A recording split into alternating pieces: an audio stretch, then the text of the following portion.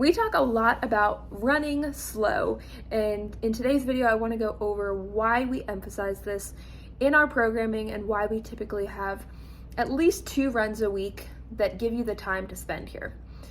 Now, this is often referred to as Zone 2 training, a trendy topic right now, so you may have seen that floating around or heard about it, and that's what we're talking about when we encourage you to run slow. Now, Zone 2 is basically just a way to say that you're training cardio in a 60 to 70% of your max heart rate. So you're staying here in a zone that is, beyond the zone 1, which is just a leisure walk, but you're not getting your heart rate up too much where it's a real harder training session. Now, with that said, it is an intentional cardio session. So we're not in zone 1 anymore where we're just leisurely walking and it's very easy. We are at an intentional pace. With that said though, it is hard to maintain that specific heart rate, especially starting off. So we don't want to be too rigid about it never going beyond 70%. We don't want it going far above that, and we want to be monitoring it so that we can kind of pull back, even walk a little bit if we need, let our heart rate come back down, and begin to practice this type of training. It does take practice. It takes time for our body to adapt and be able to work without really working hard. So have some patience with this. It's going to take not only a few sessions, it's going to take months for your body to really be able to hang out here. But a few ways that you can kind of gauge this without looking down at your watch constantly or getting so meticulous about it never leaving those percentages. You want to think about a talk test. So if you're able to still talk while running and talk at length, so not just a quick word or a sentence, but you're really able to have a conversation with someone, that's a good sign you're also in zone 2. And then another way, which we emphasize a lot, is your nasal breathing.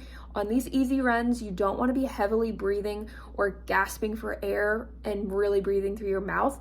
You want it to be able to simply be just from your nose, nice inhale, nice exhale, really a steady and easy breath to run. So those are 2 ways that you can kind of check in with yourself without being too meticulous about it never leaving that percentage. Now, the reason this is great is because it's not fatiguing. You can hang out here for quite a bit and really get some great cardiovascular work, which is building your aerobic base so that when it is time to run faster or just train faster in general, or when it's time for you to have an endurance event where you have a longer session or a race maybe, your body is well prepared to be in this cardiovascular state for longer. So it's a great way to train that and build up your aerobic base without it being so fatiguing. And because it's not fatiguing, you're also not taking away from other sessions you'll have throughout the week. So you can still give effort on harder runs or bring more effort to your lifts. So you're able to get in that work, but you're not fatiguing your body. And the reason that really happens is simply because as you're here, you're training your body to be better at delivering oxygen to the muscles. And that's a really simple way to put it, but you're just really allowing your body that time to adapt and train, working more efficiently at doing what it needs to do when you are in more of a stressful environment. So that's why we really love to do it. That's why it's so important. And I know it can be boring. I know it can seem like a waste of time, but trust us, it is not. It is so foundational and will really carry you forward with all other sessions that you have.